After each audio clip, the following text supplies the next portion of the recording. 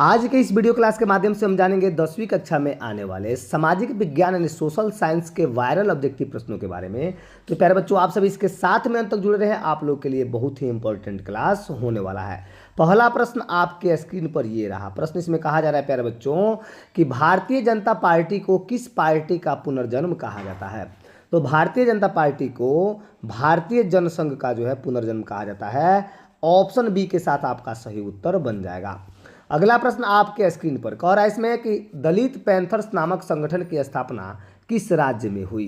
तो दलित पैंथर्स नामक संगठन की स्थापना जो है महाराष्ट्र में हुई थी और इसकी स्थापना 21 मई 1973 में हुई थी प्यारे बच्चों। अतः ऑप्शन सी के साथ आपका बिल्कुल सही उत्तर बन जाएगा। बात करते हैं अगले प्रश्न की। प्रश्न आपसे कहा जा रहा है कि कौन सा संवैधानिक संशोधन नगरीय स्थानीय स्वशासन से संबंधित है। तो वह जो है 74वां संवैधानिक संशोधन है और इसको जो है 1993 में लागू किया गया था प्यारे बच्चों। अतः ऑप्शन बी इसका बिल्कुल सही उत्तर बन जाएगा। बात करते हैं अगले प्रश्न की। प्रश्न कहा जा रहा है कि बलवंत राय मेहता समिति ने अपने प्रतिवेदन में कितने पंचायती राज व्यवस्था की सिफारिश की थी, यानी कितने स्तरीय पंचायती राज व्यवस्था की सिफारिश की थी। तो त्रिस्तरीय, और इसको जो है प्यारे बच्चों 1948 में लागू किया गया था। अतः ऑप्शन सी इसका बिल्कुल ही सही उत्तर बन जाएगा। अगला प्रश्न आपके स्क्रीन पर है। कहा जा रहा है इसमें कि भारत में प्रथम नगर निगम की स्थापना कहाँ की गई। बहुत ही शानदार प्रश्न है। तो भारत में प्रथम नगर निगम यानी कि चेन्नई यानी मद्रास में की गई थी प्यारे बच्चों, और वो भी जो है 1688 ईस्वी में की गई थी। ऑप्शन आपका बिल्कुल ही राइट आंसर ऑप्शन सी बन जाएगा। अगला प्रश्न आपके स्क्रीन पर है। कहा जा रहा है इसमें कि सर्वप्रथम किस राज्य में महिलाओं को पंचायतों में 50% आरक्षण दिया गया। तो सबसे पहले जो है बिहार राज्य में दिया गया था। ऑप्शन सी के साथ आपका बिल्कुल सही उत्तर बन जाएगा। बात करते हैं अगले प्रश्न की। प्रश्न आपसे कहा जा रहा है कि दल बदल कानून निम्न में से किस पर लागू होता है। तो दल बदल कानून जो होता है प्यारे बच्चों संसद और विधायकों पर लागू होता है। ऑप्शन ए आपका बिल्कुल सही उत्तर हो जाएगा। अगला प्रश्न आपसे कहा जा रहा है कि क्षेत्रवाद की भावना का एक मुख्य कुपरिणाम क्या है। तो क्षेत्रवाद की भावना का एक कुपरिणाम जो होता है अलगाववाद होता है। ऑप्शन डी आपका बिल्कुल सही उत्तर हो जाएगा। अगला प्रश्न आपके स्क्रीन पर कह रहा है इसमें कि अर्थशास्त्र पुस्तक किसने लिखी थी। बहुत ही शानदार प्रश्न है। अर्थशास्त्र पुस्तक की बात करें प्यारे बच्चों तो वह कौटिल्य यानी कि चाणक्य के द्वारा लिखा गया था। ऑप्शन बी के साथ आपका बिल्कुल सही उत्तर बन जाएगा। अगला प्रश्न आपके स्क्रीन पर यह रहा। कहा जा रहा है इसमें कि इनमें से किस देश की संघीय व्यवस्था अन्य से अलग है।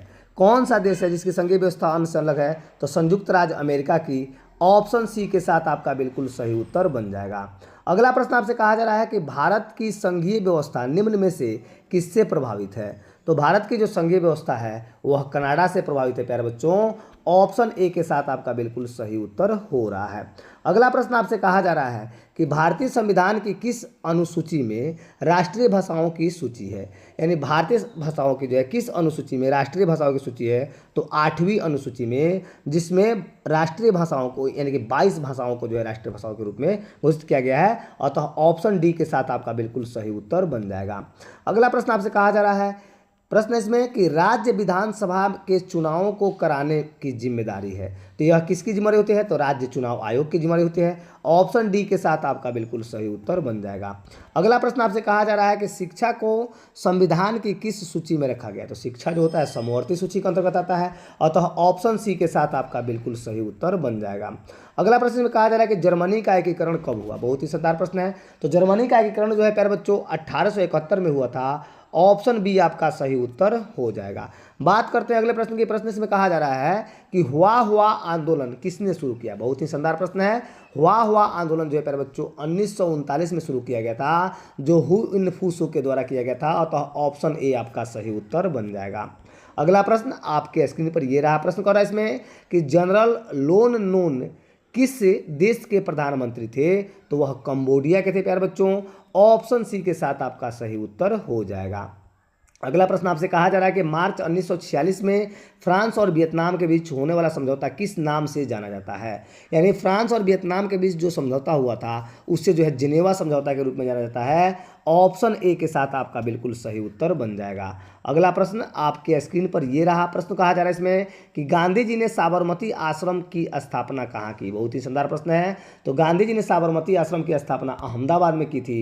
ऑप्शन बी आपका बिल्कुल सही उत्तर हो जाएगा। अगला प्रश्न आपसे कहा जा रहा है कि कांग्रेस के किस अधिवेशन में स्वशासन की जगह स्वराज का लक्ष्य प्रस्तावित किया गया। यानी कांग्रेस का कौन सा अधिवेशन था प्यारे बच्चों, प्रश्न कर रहा है इसमें। तो कांग्रेस का कौन सा अधिवेशन था, तो 1906 का अधिवेशन जो था, कलकत्ता अधिवेशन, जिसके अध्यक्ष दादा भाई नौरोजी थे। ऑप्शन बी के साथ आपका बिल्कुल सही उत्तर बन जाएगा। बात करते हैं अगले प्रश्न की। प्रश्न आपसे कहा जा रहा है कि दांडी यात्रा से किस आंदोलन की शुरुआत हुई। तो दांडी यात्रा से प्यारे बच्चों सविनय अवज्ञा आंदोलन की शुरुआत हुई थी। ऑप्शन ए इसका सही उत्तर बन जाएगा। अगला प्रश्न आपसे कहा जा रहा है कि गांधी जी ने किस गोलमेज सम्मेलन में भाग लिया। प्रथम गोलमेज सम्मेलन में गांधी जी ने भाग नहीं लिया था, उन्होंने द्वितीय गोलमेज सम्मेलन में लिया था जो 1931 में शुरू हुआ था। ऑप्शन बी के साथ आपका बिल्कुल सही उत्तर बन जाएगा। अगला प्रश्न आपके स्क्रीन पर कह रहा है इसमें कि फॉरवर्ड ब्लॉक की स्थापना किसने की। बहुत ही शानदार प्रश्न है। तो फॉरवर्ड ब्लॉक की स्थापना जो है प्यारे बच्चों 1939 में की गई थी और वो भी जो है नेताजी सुभाष चंद्र बोस के द्वारा की गई थी। ऑप्शन डी के साथ आपका बिल्कुल सही उत्तर हो रहा है। अगला प्रश्न आपके स्क्रीन पर कह रहा है इसमें कि बंगाल विभाजन कब और किसने किया। बहुत ही शानदार प्रश्न है। तो बंगाल विभाजन जो है लॉर्ड कर्जन के द्वारा किया गया था 1905 ईस्वी में।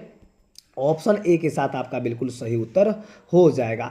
अगला प्रश्न आपसे कहा जा रहा है प्यारे बच्चों कि निम्न में से कौन मित्र राष्ट्र नहीं है। बहुत ही शानदार प्रश्न है। तो मित्र राष्ट्र आपके फ्रांस, रूस, ब्रिटेन सभी मित्र राष्ट्र है, बट आपका जर्मनी जो है मित्र राष्ट्र नहीं है, अतः ऑप्शन बी आपका सही उत्तर बन जाएगा। अगला प्रश्न आपसे कहा जा रहा है कि स्वराज पार्टी का प्रथम सम्मेलन कहाँ हुआ था। स्वराज पार्टी का प्रथम सम्मेलन इलाहाबाद में हुआ था और आपको बता दें कि 1923 ईस्वी में इसकी शुरुआत हुई थी। ऑप्शन ए आपका सही उत्तर बन जाएगा। अगला प्रश्न आपके स्क्रीन पर है, कह रहा है कि इनमें से किसने पावर लूम का आविष्कार किया था। बहुत ही शानदार प्रश्न है। तो पावर लूम का आविष्कार की बात करें तो आपके एडमंड कार्टराइट के द्वारा किया गया था। ऑप्शन सी आपका बिल्कुल सही उत्तर बन जाएगा। 28 नंबर प्रश्न कहा जा रहा है इसमें कि न्यू डील नामक नवीन आर्थिक नीति कहाँ लागू की गई। तो यह अमेरिका में की गई थी। ऑप्शन बी आपका सही उत्तर हो जाएगा। अगला प्रश्न कह रहा है इसमें कि 1991 में सोवियत संघ के विघटन के उपरांत कौन देश महाशक्ति के रूप में उभरा। तो वह देश कौन था। तो संयुक्त राज्य अमेरिका था। ऑप्शन डी आपका सही उत्तर हो जाएगा। अगला प्रश्न आपके स्क्रीन पर कह रहा है कि इनमें से कौन देश दक्षेस में का सदस्य नहीं है। यानी दक्षेस का सदस्य देखिए भारत, भूटान, बांग्लादेश ये सभी हैं, बट इंडोनेशिया नहीं है प्यारे बच्चों। ऑप्शन बी आपका बिल्कुल सही उत्तर हो जाएगा। अगला प्रश्न आपसे कहा जा रहा है कि रूसो किस देश का रहने वाला था। बहुत ही शानदार प्रश्न। हम लोग ऐसे प्रश्न पढ़ रहे हैं जो आपके 2025 के बोर्ड एग्जाम में हूबहू आने वाला प्रश्न है, अतः आप सभी इसमें अंत तक बन रहे और इसको देखते रहें। तो इसमें जो है पूछा जा रहा है कि रूसो किस देश का रहने वाला था। तो फ्रांस का था प्यारे बच्चों। रूसो एक दार्शनिक था, अतः ऑप्शन ए के साथ आपका बिल्कुल सही उत्तर बन जाएगा। अगला प्रश्न इसमें कह रहा है कि अल हिलाल का संपादन किसने किया। तो अल हिलाल का संपादन जो है मौलाना अब्दुल कलाम आज़ाद के द्वारा किया गया था। ऑप्शन ए आपका सही उत्तर हो जाएगा। अगला प्रश्न इसमें कह रहा है कि गुटेनबर्ग ने सर्वप्रथम किस पुस्तक की छपाई की। बार बार आने वाला प्रश्न है। तो उन्होंने जो है बाइबिल की छपाई की थी। ऑप्शन सी आपका सही उत्तर हो रहा है। अगला प्रश्न आपके स्क्रीन पर कह रहा है इसमें कि महात्मा गांधी ने इनमें से किसका संपादन किया। यानी किसका संपादन किया था। तो उन्होंने जो है यंग इंडिया का संपादन किया था प्यारे बच्चों। ऑप्शन बी के साथ आपका बिल्कुल सही उत्तर हो रहा है। अगला प्रश्न आपके स्क्रीन पर कह रहा है इसमें कि काउंट काबूर को विक्टर इमैनुअल ने किस पद पर नियुक्त किया था। तो प्रधानमंत्री के पद पर किया था। ऑप्शन सी आपका बिल्कुल सही उत्तर हो जाएगा। आप लोग अगर थोड़ा भी पढ़े होंगे तो इसको सीधे सीधे हम लोग जो है थोड़ा सा रिवीजन कर लेंगे, अतः आप सभी के एग्जाम में ऐसे ही प्रश्न हूबहू आने वाले हैं। तो आप सभी जो है इसमें बने रहें और इसको देखते रहें। सिर्फ अपना जो है रिवीजन कर लेना और अंत में जो है आप कमेंट बॉक्स में अवश्य बताइएगा कि आपने जो है कितना प्रश्न सही किया था। अगला प्रश्न की बात करते हैं। प्रश्न कह रहा है इसमें कि वियना सम्मेलन की मेजबानी किसने की। बहुत ही शानदार प्रश्न है। तो वियना सम्मेलन की मेजबानी जो है मेटरनिक के द्वारा किया गया था प्यारे बच्चों। ऑप्शन डी आपका सही उत्तर हो जाएगा। अगला प्रश्न आपके स्क्रीन पर है और इसमें कि आंतरिक विद्रोह को दबाने के लिए रूस में किस संगठन की स्थापना हुई। बहुत ही शानदार प्रश्न है।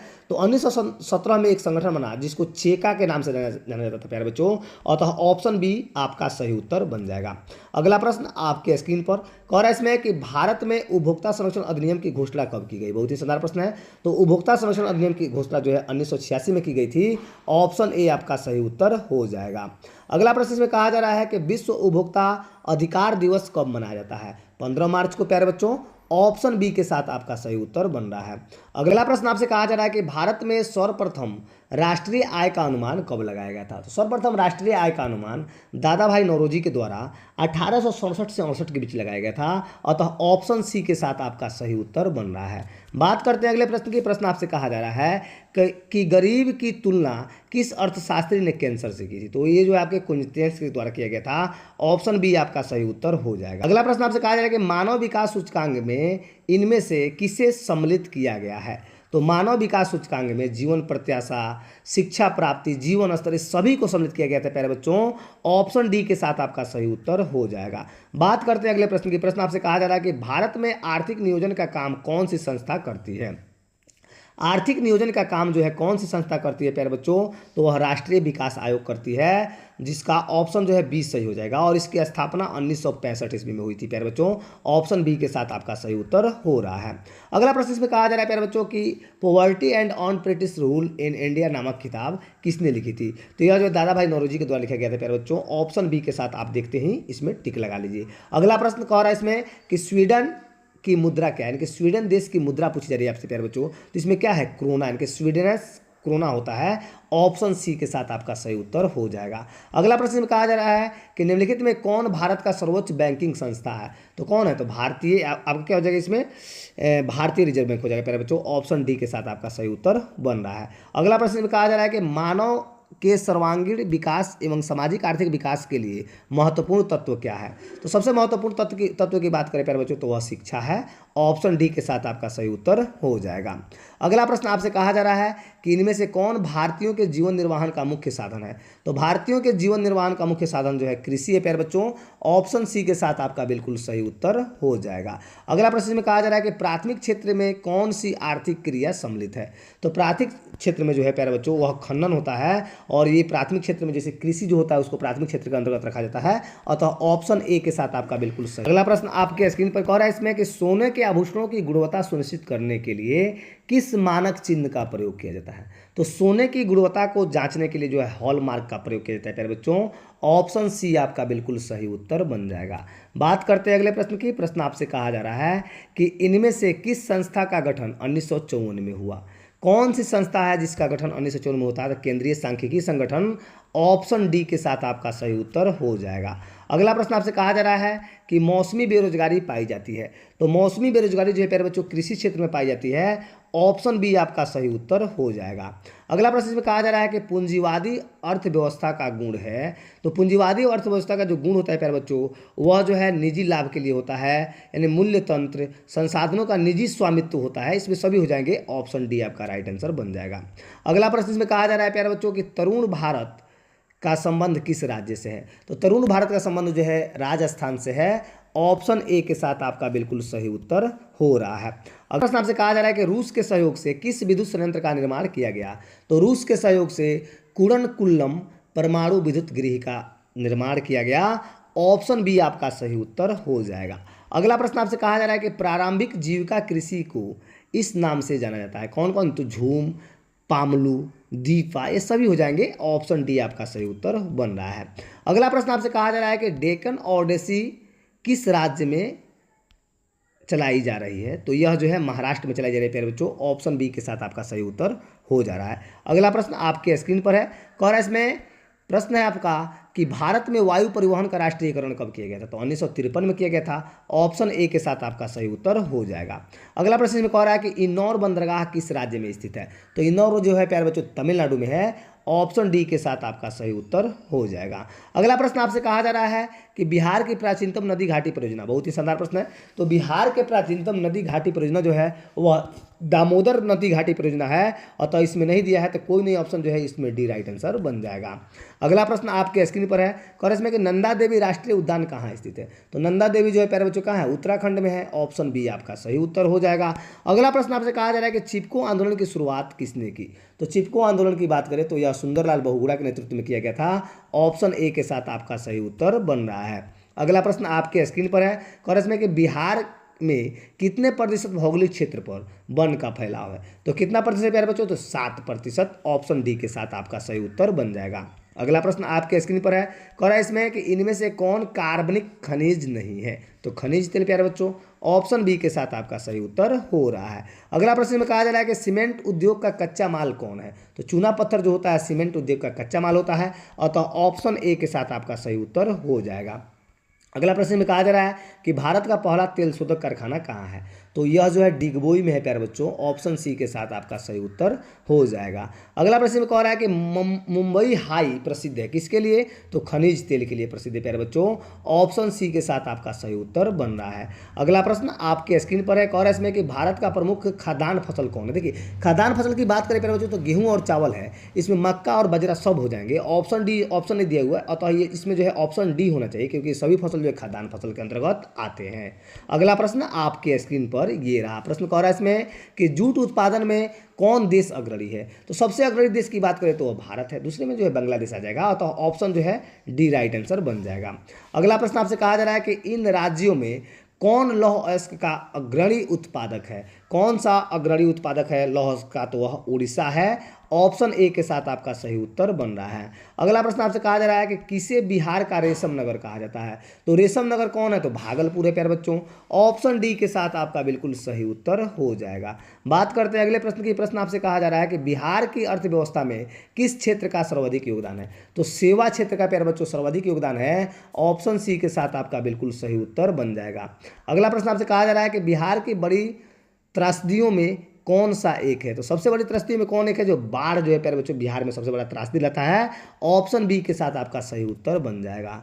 अगला प्रश्न आपसे कहा जा रहा है कि कुशहा तटबंध किस नदी पर है। बहुत ही शानदार प्रश्न है, तो कोसी नदी पर है, ऑप्शन ए के साथ आपका सही उत्तर हो जाएगा। अगला प्रश्न आपके स्क्रीन पर कह रहा है इसमें कि सतलज नदी पर कौन सा कृत्रिम जलाशय बना हुआ है। तो सतलज नदी पर कौन सा कृत्रिम जलाशय है, तो वह गोविंद सागर है, ऑप्शन डी आपका सही उत्तर बन जाएगा।